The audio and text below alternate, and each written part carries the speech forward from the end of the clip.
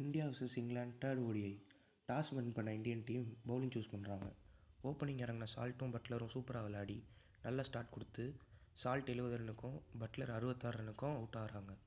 அதுக்கப்புறம் இறங்கின middle order batsmen யாரும் அடிக்கலைனாலும் சாம் கரன் கடைசியில் நின்று ஆடி நல்லா ஃபினிஷ் பண்ணி 202 ரன்ஸ் டார்கெட்டாக வைக்கிறாங்க. இந்தியா டீமில் சொல்லிக்கிற அளவுக்கு யாரும் பவுலிங் போடலைனாலும் பிரின்ஸ் யாதவ் மட்டும் நல்லா பவுலிங் போட்டார். பும்ரா, சிராஜ், ஹர்ஷ்தீப்க்கு அப்புறம் உண்மையாகவே ஒரு நல்ல ப்ராமிசிங் டேலண்ட்டாக அவர் தெரிகிறாரு. செகண்ட் இன்னிங்ஸ் 202 ரன்ஸ் டார்கெட்டை அடிக்கலன்ற ஹோப்போட இந்தியன் ஃபேன்ஸ்லாம் இருக்காங்க.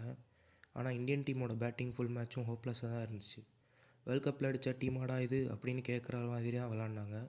ஒருத்தர் கூட நின்று ஆடி 15 ரன்ஸ் மேலே அடிக்கலை. ரொம்பவே புவர் பேட்டிங். 12 ஓவரில் டீம் இந்தியா ஆல் அவுட் ஆகிட்டாங்க. இப்படியே போனால் அயர்லாந்து சீரீஸ் மாதிரி இங்கிலாந்து சீரீஸும் ஒயிட் வாஷ் தான் போல். இந்தியன் டீம் பேட்ஸ்மேன் கம்பேக் கொடுத்தே ஆகணும். அடுத்த மேட்சாவது எல்லோரும் மிஸ்டேக்ஸை ரெக்டிஃபை பண்ணி நல்லா ஆடுவாங்களான்னு பார்ப்போம். இங்கிலாந்து பவுலர்ஸும் சும்மா சொல்லக்கூடாது. எல்லோரும் நல்ல பவுலிங் போட்டு ஆர்ச்சர் 3 விக்கெட்டும், டங் 4 விக்கெட்டும், ஆதில் ரஷீத் 2 விக்கெட்டும் எடுத்தாங்க.